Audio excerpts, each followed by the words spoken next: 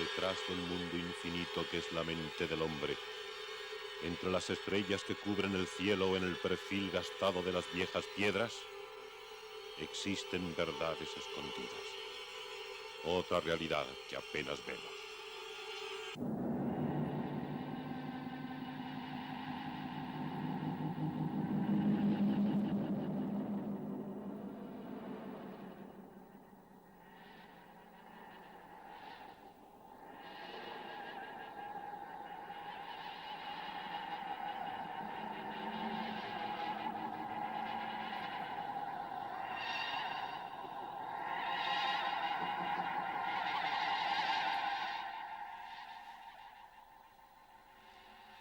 Buenas noches.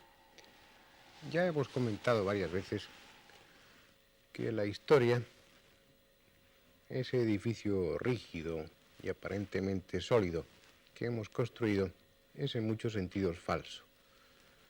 Fundamentalmente se debe a dos razones. De una parte, nuestro afán de simplificar, de encasillar, de dar nombre y número a las cosas para así poderlas identificar y podernos mover en un terreno aparentemente sólido. De otra parte está nuestra soberbia.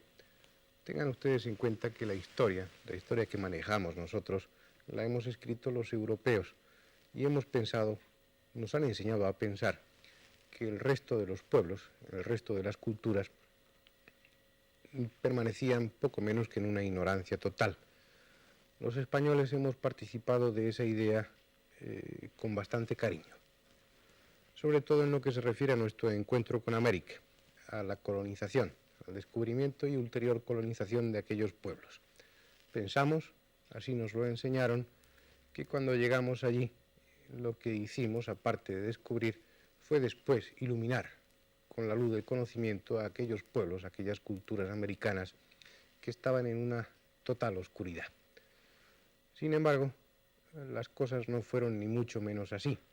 De ese encuentro, de ese enfrentamiento con dos culturas, con dos civilizaciones, si hubo alguien que necesitaba de luz en ese momento, en esa circunstancia, fueron los españoles y los europeos que acudieron después, puesto que las culturas americanas precolombinas, desde un punto de vista social y desde un punto de vista técnico, estaban mucho más avanzadas, mucho más desarrolladas que nosotros. El programa de hoy va a tratar fundamentalmente de esto, de ese encuentro entre dos culturas, entre dos civilizaciones, y sobre todo de un imperio americano que aún hoy está dentro de bastante oscuridad, aún hoy está dentro de los límites de lo misterioso. Me refiero a la cultura, a la civilización, al pueblo de los incas.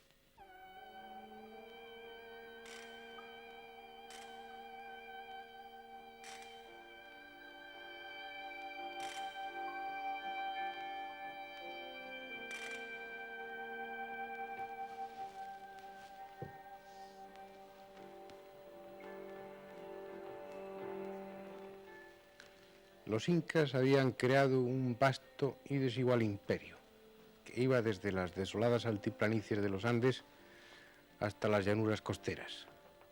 Un imperio en el que se mantenía la unión gracias a una extensa red de carreteras. En nuestro viejo mundo hubo una época en la que era cierta aquel dicho de todos los caminos conducen a Roma. Cuando se creó el Imperio Romano, la cohesión dentro de ese vasto imperio se pudo mantener gracias a una comunicación rápida con el centro neurálgico, con Roma. Ello fue posible gracias a la red de carreteras, esa red de caminos, de calzadas romanas que aún hoy persisten. En el Imperio Inca, en Perú, sucedía exactamente lo mismo. Todos los caminos conducían a Cuzco, a la capital. Los incas habían construido una red de carreteras realmente impresionante. Unas carreteras empedradas, a veces con losas gigantescas, que cubrían vastísimas extensiones. Lo suficiente para permitir que todo ese imperio, muy desigual geográfica y climatológicamente, estuviera en contacto con la capital. Carreteras que a veces aparecían suspendidas casi en el vacío a través de acantilados cuya solución a nivel de carreteras era casi imposible, casi increíble, y en otros casos, cuando las carreteras discurrían por terrenos llanos, la amplitud de esas carreteras era considerable. En cualquier caso, una empresa que hoy podríamos considerar casi sobrehumana. Carreteras que necesitaban la construcción de diques, la construcción de túneles, una empresa de ingeniería que desbordaría hoy en día la capacidad material y administrativa de una nación como es Perú. Los conquistadores, cuando llegaron a ese imperio, cuando llegaron a América y se enfrentaron con el imperio inca, comprobaron algo que les llenó de sorpresa. Una serie de similitudes, una serie de paralelos con culturas que los españoles conocían bien, con la cultura mediterránea. Una serie de coincidencias que abarcaban muchos conceptos, muchos elementos. Uno de ellos era la música.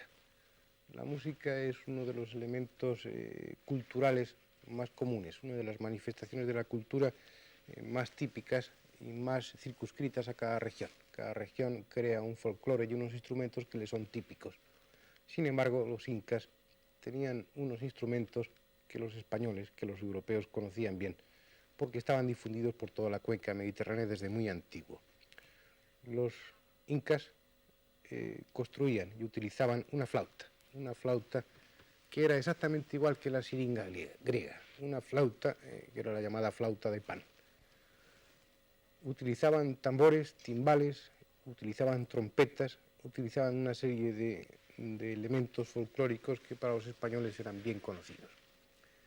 El problema se podría plantear en cómo esos instrumentos, como ese folclore, como ese tipo, esa forma de cultura, se daba en América de la misma forma, prácticamente idénticamente que en el resto de los pueblos conocidos por los españoles, sobre todo en los pueblos de la cuenca mediterránea.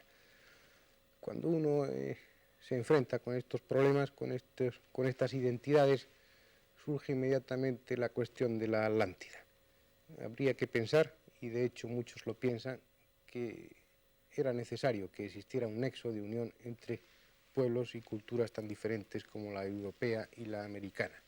Para algunos era imprescindible que existiera una estación intermedia, o bien que hubiera servido de puente para que la cultura mediterránea pasara a América o viceversa, o bien que hubiera sido el foco de origen de ese folclore, de esas costumbres, y que se extendiera hacia uno y otro lado. En definitiva, la cuestión es la misma. Tendría que haber sido la Atlántida. En el terreno de coincidencias había muchas, en cuanto a lo folclórico, en cuanto a mitos, en cuanto a muchas formas de la religión. Por eso, para los frailes españoles que acompañaban a los conquistadores, fue relativamente fácil el colonizar desde el punto de vista espiritual aquellos pueblos, puesto que muchos de esos mitos, llamémoslo así, que perduraban en la Europa religiosa de entonces, eran exactamente iguales en la América precolombina, con muy pocas diferencias. Pero el paralelismo no iba mucho más allá. Desde un punto de vista administrativo, desde un punto de vista social, los incas tenían muchas ventajas respecto a Europa. Lo que más llamó la atención a los europeos que llegaron allí en los primeros momentos es que en el imperio inca no existía la prostitución, no existía la vagancia, no existían los delincuentes. Era una administración tan perfecta que ni siquiera era necesario que existiera la moneda. No había ninguna necesidad de ella y la desconocían por completo. Otro de las cosas, de los elementos culturales que llamaron la atención de los españoles, fue uno muy importante para nosotros: la forma de numerar. Las matemáticas, la aritmética, es siempre una culminación de los conocimientos abstractos de un pueblo. Para llegar a su conocimiento, a su manejo, requiere un paso muy paulatino, progresivo, desde una ignorancia total hasta esos conocimientos. Significa un camino lento que incluye un desarrollo espiritual y un desarrollo técnico inevitable. Por eso en esa Europa, en esa España del siglo XV, del siglo XVI, las matemáticas eran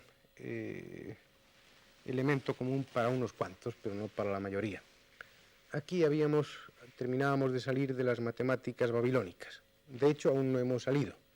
Seguimos utilizando el sistema sesagesimal, que es un sistema que utilizaban los asirios y que así ha llegado hasta nosotros. Compramos aún los huevos por docenas y nuestros relojes están divididos de acuerdo a este sistema sesagesimal. Un día de 24 horas y ustedes lo pueden comprobar, lo pueden ver ustedes en sus relojes que sin darnos cuenta estamos siguiendo esas pautas que marcaron los asirios hace miles de años. El sistema decimal fue una adquisición mucho más posterior. Se conocía ya en Egipto, se conocía en las culturas cretenses y se difundió por Europa bastante tiempo después y gracias a los árabes. Lo que es seguro es que en el siglo XV el cero, que es un concepto matemático bastante abstracto y que necesita de mucha elaboración intelectual, era conocido relativamente. En el siglo XV se estaba introduciendo el concepto de la nada, el concepto del cero en Europa. Sin embargo, cuando se llegó a América, cuando se enfrentaron con la cultura de los incas, se vio que estos usaban el sistema decimal con mucha más asiduidad, con mucha más dependencia que nosotros. Prácticamente el sistema decimal formaba parte de toda su vida. El ciclo vital de las personas se contaba de 10 en 10. No usaban el sistema sesagesimal, pero usaban el sistema decimal de una forma total, absoluta, e incluso el concepto del cero estaba totalmente difundido entre ellos. En un momento en el que, en pleno siglo XV, en Europa, este concepto apenas había entrado. Ellos, los incas, lo utilizaban, y lo que es importante, lo venían utilizando desde tiempo inmemorial.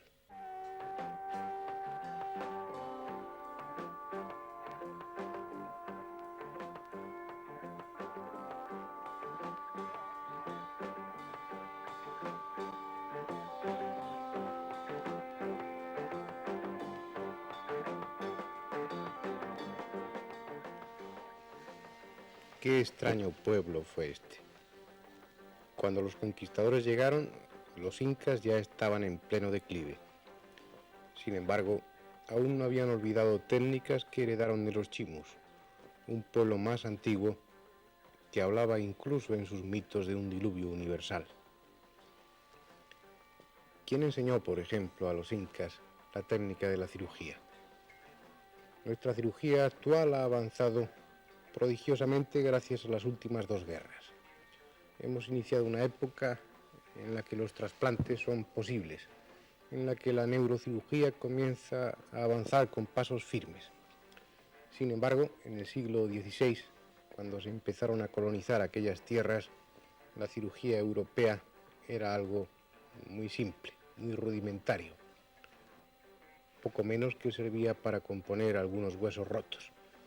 Sin embargo, los incas, con esa técnica que heredaron de otra cultura mucho más antigua, de los chimus, de los aymarás, de pueblos cuyo origen desconocemos, los incas eran capaces de realizar con aparente soltura amputaciones, trasplantes de huesos, trepanaciones, empleando un material que hoy en día se ha visto que es perfectamente útil, que permite realizar este tipo de operaciones con relativa facilidad.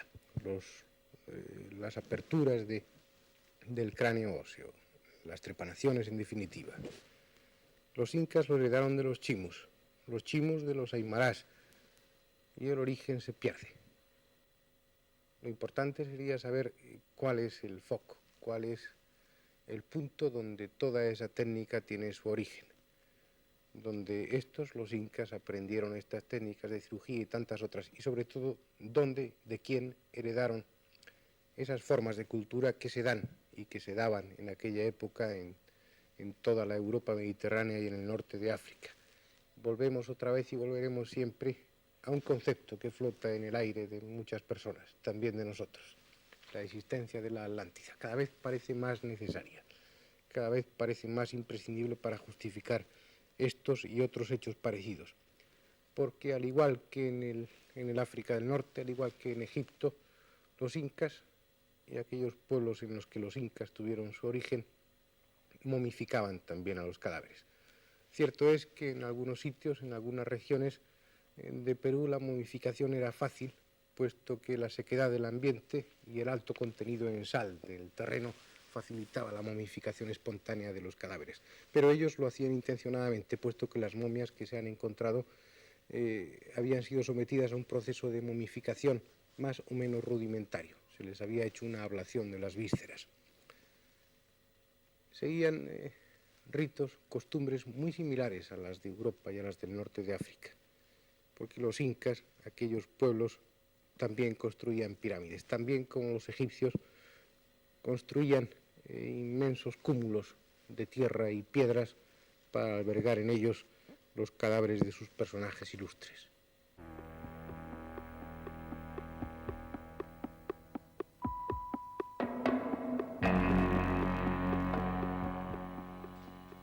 Los incas y sus precursores, al igual que tantos otros pueblos americanos precolombinos, construían pirámides.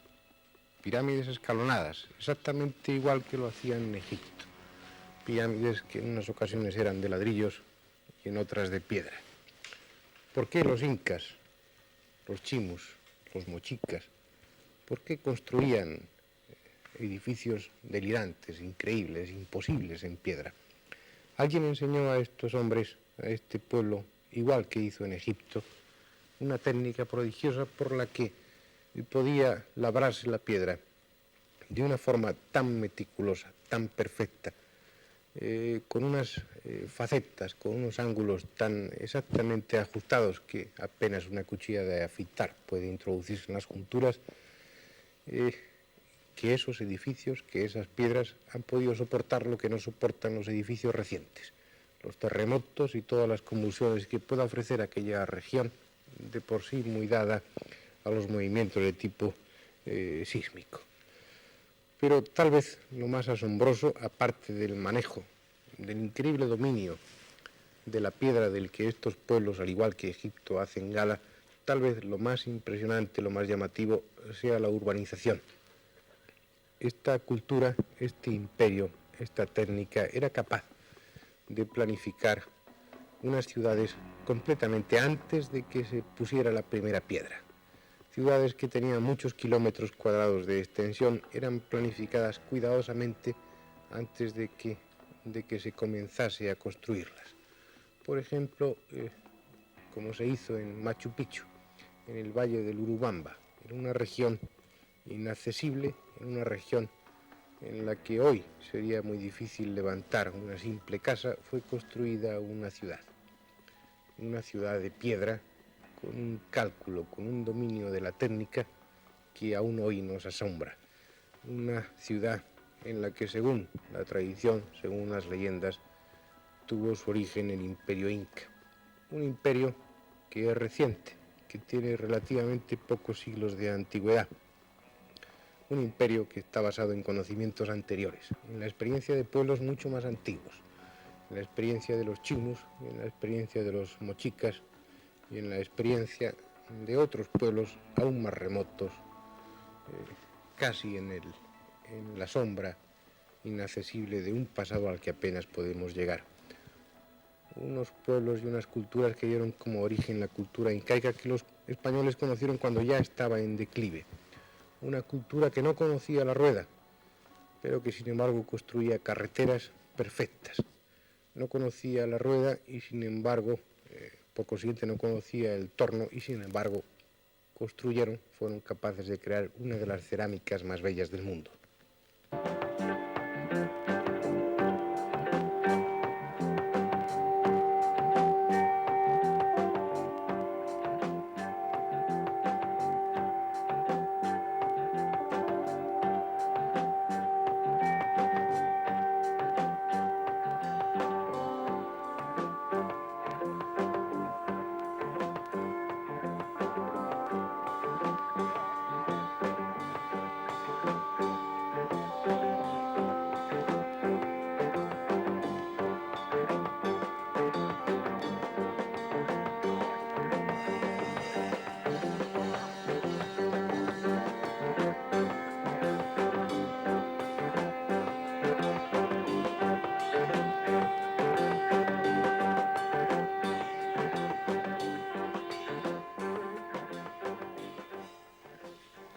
Una técnica, una cultura que tenía muchas cosas en común con la nuestra, con la europea de entonces.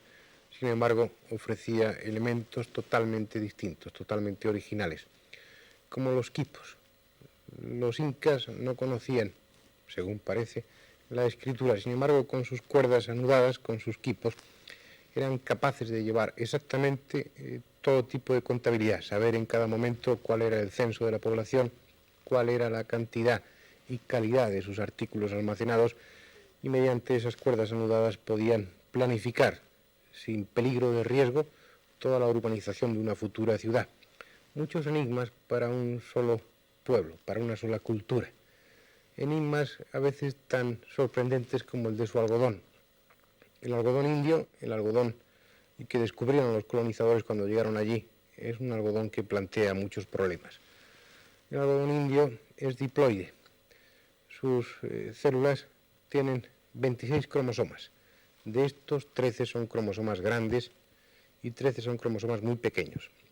Es diploide, es decir, está formado por la unión, por la conjunción de dos tipos de algodones distintos. Un algodón de cromosomas grandes y otro de cromosomas muy pequeños. El algodón de cromosomas grandes se da en Europa y el algodón de cromosomas pequeños, minúsculos, es el algodón silvestre americano. Es decir, en algún momento determinado de la historia de América se produjo una unión entre el algodón europeo y el algodón silvestre americano, necesaria para que ese algodón indio, ese algodón que manejaban los incas con una tremenda soltura en sus tejidos, fuese conocido. Sin embargo, esa unión de esos dos tipos de algodones, el europeo y el americano antiguo, no fue teóricamente posible. Por mar no, puesto que las semillas, en contacto con el agua salada, pierden su capacidad para germinar. Los pájaros, en el supuesto de que hubiera pájaros capaces de atravesar esa gran distancia, esa gran barrera que supone el océano Atlántico, los pájaros tampoco, puesto que no se alimentan de semillas de algodón. Alguien, en algún momento de la historia de América, llevó el algodón que se cultiva en Europa a América. ¿Pero cuándo? Los indios dan la solución a ese problema. Los incas dicen que hace mucho tiempo, tal vez en el origen del mundo, un hombre blanco barbudo llevó su cultura, sus conocimientos, entre ellos el del algodón, desde el mar o desde el aire, procediendo del este. No podía ser de Europa, puesto que Europa carecía de los conocimientos técnicos que ese hombre blanco, Viracocha, enseñó a los indios. Viracocha para los incas, Quetzalcóatl para los aztecas, Kukulcán para los mayas, siempre en el fondo ese hombre barbudo que procedía de algún sitio del océano Atlántico. Probablemente, posiblemente, y hay que volver otra vez a ese nombre, posiblemente de la Atlántida. Alguien llevó el testimonio de una cultura muy desarrollada, tremendamente desarrollada, mucho más que la cultura europea o africana de entonces. Alguien llevó a América una serie de conocimientos suficientes para que se desarrollaran culturas tan sorprendentes como la de Ica, como la de Nazca o como la del Candelabro de los Andes en Paracas.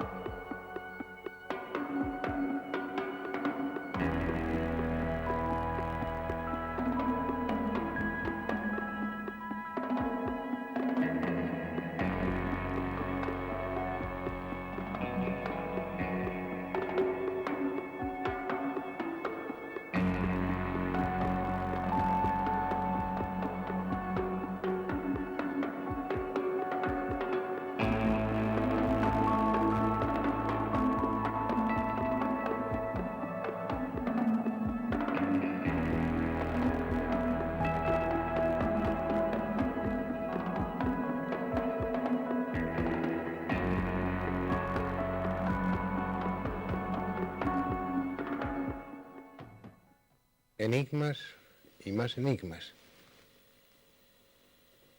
No ya por resolver, sino incluso por estudiar. Los incas y sus orígenes plantean incógnitas que aún no estamos en condiciones ni siquiera de plantearnos, como esa inmensa y misteriosa muralla de los Andes, una muralla de kilómetros y kilómetros de longitud que se construyó a alturas inaccesibles. Nadie sabe cuándo y mucho menos para qué. Enigmas que tal vez algún día tengan solución, pero que por los escasos conocimientos que poseemos de los incas y de los pueblos que fueron su origen aún han de esperar largo tiempo. Para buscar esa solución habría que remontarse a culturas más antiguas, al auténtico techo del mundo, al sitio donde, según los incas, tuvo origen el indio y tal vez el hombre mismo, a Tiahuanaco. Pero esa ya es otra historia.